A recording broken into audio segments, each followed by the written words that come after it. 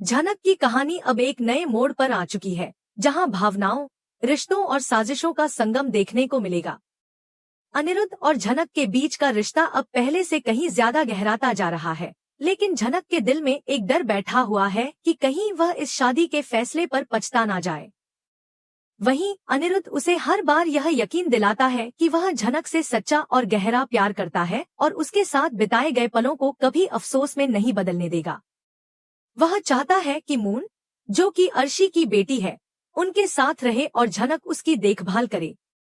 लेकिन झनक को लगता है कि वह मून की मां की जगह नहीं ले सकती और किसी और के बच्चे को उससे अलग करना सही नहीं है। वह अनिरुद्ध को समझाने की कोशिश करती है कि मून की असली मां अर्शी ही रहेगी और यह अधिकार वह उससे नहीं छीन सकती। अनिरुद्ध इस बात से सहमत नहीं होता। उसका मानना है कि अर्शी को सिर्फ पैसे और अपनी जरूरतों से मतलब है, उसे मून की परवरिश में कोई दिलचस्पी नहीं है। इसी बहस के बीच झनक और अनिरुद्ध के रिश्ते में एक नया पहलू जुड़ता है जब वे एक दूसरे के बेहद करीब आ जाते हैं। इस दौरान एक रोमांटिक और भावनात्मक पल उन्हें जोड़ता है, लेकिन अनिरुद्ध लगातार यह जानने को उत्सुक रहता है कि क्या झनक वाकई इस रिश्ते और शादी से खुश है या नहीं। झनक के मन में कई सवाल उमड़ते हैं। क्या वह अर्शी का घर तो नहीं तोड़ रही? क्या वह एक गलत रास्ते पर चल रही है? उसे लगता है कि अगर अर्शी और अनिरुद्ध का रिश्ता मजबूत होता तो अनिरुद्ध कभी झनक के करीब नहीं आता और न ही अर्शी ऐसा होने देती। झनक के मन का यह द्वंद्व एक नई चिंता को जन्म देता है। वहीं दूसरी ओर जब अनिरुद्ध अर्शी से तलाक की बात करता है तो अर्शी के पैरों तले जमीन खिसक जाती है। उसे डर सताने लगता है कि अगर तलाक हो गया तो उसकी पूरी दुनिया बिखर जाएगी, उसका मान सम्मान, उसकी बेटी मून और अनिरुद्ध की संपत्ति, सब उससे छिन जाएगा। इसी भय और आक्रोश में वह एक ऐसा फैसला लेती है जो सब कुछ बदल देता है। वह तय कर लेती है कि अब उसे हर हाल में अनिरुद्ध और उसकी प्रॉपर्टी पर अधिकार चाहिए और झनक को वह कभी भी अपनी जगह नहीं लेने देगी। यहीं से अर्शी की खतरनाक साजिश की शुरुआत होती है। वह एक ऐसा प्लान बनाती है जिसमें अनिरुद्ध को रास्ते से हटाना उसका मकसद बन जाता है। एक दिन जब अनिरुद्ध किसी जरूरी काम से बाहर निकलता है, तभी एक बड़ा हादसा होता है। यह कोई सामान्य दुर्घटना नहीं होती, बल्कि अर्शी की पूर्व नियोजित साजिश का नतीजा होती है, जिसमें अनिरुद्ध की जान चली जाती है। जब यह खबर झनक तक पहुंचती है तो उसकी पूरी दुनिया जैसे थम जाती है। वह भीतर से टूट जाती है और उसका सहारा अनिरुद्ध हमेशा के लिए उससे छिन जाता है। अनिरुद्ध की मौत के बाद झनक के पास कोई नहीं होता जो उसका साथ दे। इस सबसे बड़ी तकलीफ के बीच झनक किसी से यह तक नहीं कहती कि वह अनिरुद्ध के बच्चे की मां बनने वाली है। समय बीतता है और 1 साल बाद झनक एक बेटी को जन्म देती है। यह बच्ची अब उसकी दुनिया बन जाती है, उसका सहारा, उसकी उम्मीद और उसकी पहचान। झनक उसे अनिरुद्ध की आखिरी निशानी मानकर पालती है और अपने जीवन का हर एक क्षण उसके लिए समर्पित कर देती है। फिर समय एक नई करवट लेता है और कुछ सालों के बाद वह बच्ची बड़ी हो जाती है। झनक अब एक नई जिम्मेदारी के साथ आगे बढ़ती है, एक मां के रूप में, एक योद्धा के रूप में। अब कहानी एक नई दिशा में प्रवेश करती है। वक्त बीत चुका है, लेकिन पुराने जख्म अब भी झनक के दिल में जिंदा है। अब वह सिर्फ एक बेटी की मां नहीं, बल्कि एक मजबूत स्त्री बन चुकी है जो अपनी बेटी की रक्षा के लिए किसी भी हद तक जा सकती है। और फिर कहानी में आता है सीजन 2, जहां एक नए लव ट्रायंगल की बुनियाद रखी जाती है। झनक की बेटी मून अब बड़ी हो चुकी है और उसके दिल में झनक के लिए नफरत है। मून को लगता है कि झनक ने उससे उसका सब कुछ छीन लिया है। वह अब झनक से बदला लेना चाहती है। गांव में होली के मेले का माहौल है, चारों ओर रंगों की खुशबू फैली हुई है। झनक अपने पालक पिता पराशर के साथ स्टॉल संभाल रही है और रिया शर्मा का किरदार गांव की बेटी के रूप में चमकता नजर आता है। उधर ऋषि, जिसे अरिजीत तनेजा निभा रहे हैं, अपने पुलिस अधिकारी वाले लुक में लोगों का दिल जीत रहे हैं। तभी अचानक मून की एंट्री होती है, धीमे कदम, आंखों में जलन और बैकग्राउंड में एक डार्क म्यूजिक। मून के दिल में आग जल रही है और उसकी नजरें सीधे झनक पर टिकी होती हैं। वह सोचती है कि यह गांव, ये लोग, ये रंग, सब उसके दर्द का मजाक उड़ाते हैं। लेकिन सबसे ज्यादा उसकी नफरत झनक के लिए होती है, क्योंकि झनक से ही उसका अतीत, उसका दर्द और उसकी पहचान जुड़ी है। मून कभी भी झनक को ऋषि के साथ खुश नहीं देख सकती। यहीं से मून की प्लानिंग की शुरुआत होती है। वह झनक से बड़ी मासूमियत से मिलती है, जैसे वह उसकी बहन हो, लेकिन उसकी आंखों में सिर्फ बदले की आग होती है। उसका पहला प्लान होता है ऋषि को यह बताना कि झनक पराशर की असली बेटी नहीं है, बल्कि एक अवैध बच्ची है। दूसरा प्लान, झनक पर ब्लैक मैजिक का आरोप लगाना और गांव में उसके खिलाफ अफवाहें फैलाना। तीसरा प्लान, ऋषि और अपने बीच एक झूठा रिश्ता दिखाकर यह जताना कि झनक ने उनके प्यार में दखल दिया और सब कुछ तबाह कर दिया। यहीं से कहानी बन जाती है झनक वर्सेस मून। एक तरफ एक माँ जो अपने बीते कल को पीछे छोड़कर अपनी बेटी के लिए लड़ रही है, और दूसरी तरफ एक लड़की जो उस माँ से ही अपना अतीत छीन लेना चाहती है। दोनों की टक्कर अब पूरे गांव को हिला देने वाली है और कहानी एक रोमांचक मोड़ पर पहुंचने वाली है। ऋषि जब मून और झनक की बातें सुनता है तो उसका चेहरा उलझनों से भर जाता है। वह समझ नहीं पाता कि किस पर भरोसा करे। झनक शांत रहती है, सिर्फ एक वाक्य में अपना पक्ष रखती है।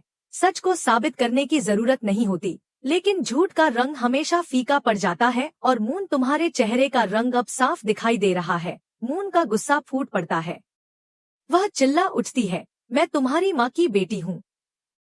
तुम्हारा पास्ट अब मेरा भी है। तुम मुझसे कुछ नहीं छीन सकती, न रिश्ता, न पहचान और न ही ऋषि। तभी झनक, जिसका धैर्य जवाब दे चुका होता है, मून को एक जोरदार तमाचा मार देती है। सीन स्लो मोशन में बदल जाता है। बैकग्राउंड में तीखा म्यूजिक बजता है और ऋषि स्तब्ध रह जाता है। झनक आंखों में आंसू लिए दृढ़ता से कहती है, मून, तुम मेरी माँ की बेटी नहीं हो।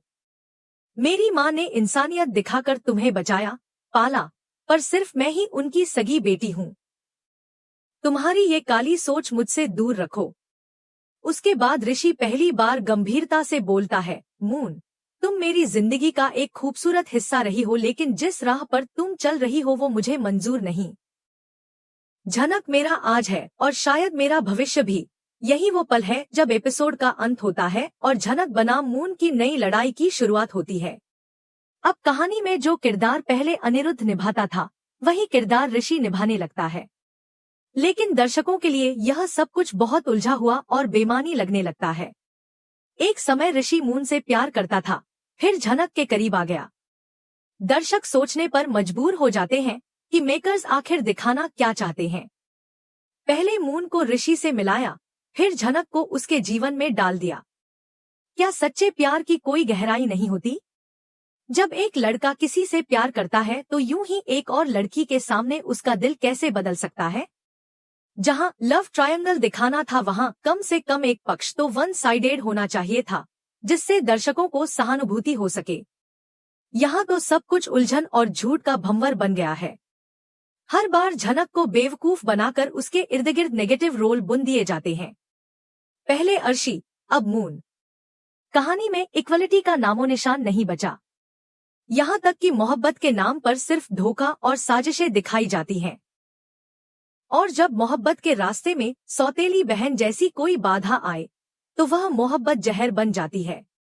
फ्लैशबैक में हम देखते हैं कि झनक बार बार सोचती है कि क्या उसे अनिरुद्ध को सब कुछ बता देना चाहिए, लेकिन हर बार वह चुप रह जाती है। वह कहती है, सर जी, प्लीज एक बार सोच लीजिए, मून भी है इस कहानी में। अनिरुद्ध मुस्कुराता है और कहता है, मैं जानता हूँ तुम मून से कितना प्यार करती हो, लेकिन अब मैं चाहता हूँ कि हम तीनों साथ रहें। फिर एक प्यारा सा लम्हा आता है जब अनिरुद्ध झनक को गले लगाता है और झनक की आंखों में खुशी तैरने लगती है। तभी पराशर कमरे में दाखिल होता है। वह दोनों को एक साथ देखता है और संकोच से कहता है, हम आते हैं थोड़ी देर में। अनिरुद्ध उन्हें रोकने की कोशिश करता है, नहीं, प्लीज आइए, लेकिन पराशर साफ कह देता है कि अब उन्हें शादी की तैयारियां करनी है। कल तुम दोनों की शादी है, पराशर उत्साह से कहता है। हमने पूरे गांव में बिना बताए बहुत धूमधाम से इसकी तैयारी की है। झनक भी अपना कर्तव्य निभाती है, मैं आपके लिए खाना बनाकर भेज दूंगी। अनिरुद्ध तुरंत चिंता जताता है, ज्यादा काम मत करना। लेकिन पराशर मजाक में कहता है, ये क्यों करेगी, हम लोग हैं ना। बस गांव वालों को अभी कुछ नहीं बताना, शादी के बाद बताना है सबको। फिर कुछ दिन तुम दोनों यहीं रहना, उसके बाद जाना। अब झनक अपने रास्ते पर चल पड़ती है, लेकिन उसका मन बेचैन है।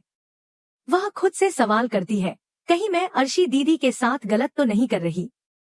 आखिर इतने साल साथ रहने के बाद भी वह सर जी के साथ नहीं रह पाई, और सर जी मुझे अब तक नहीं भूल पाए। शायद उनका अलग होना ही किस्मत में लिखा था।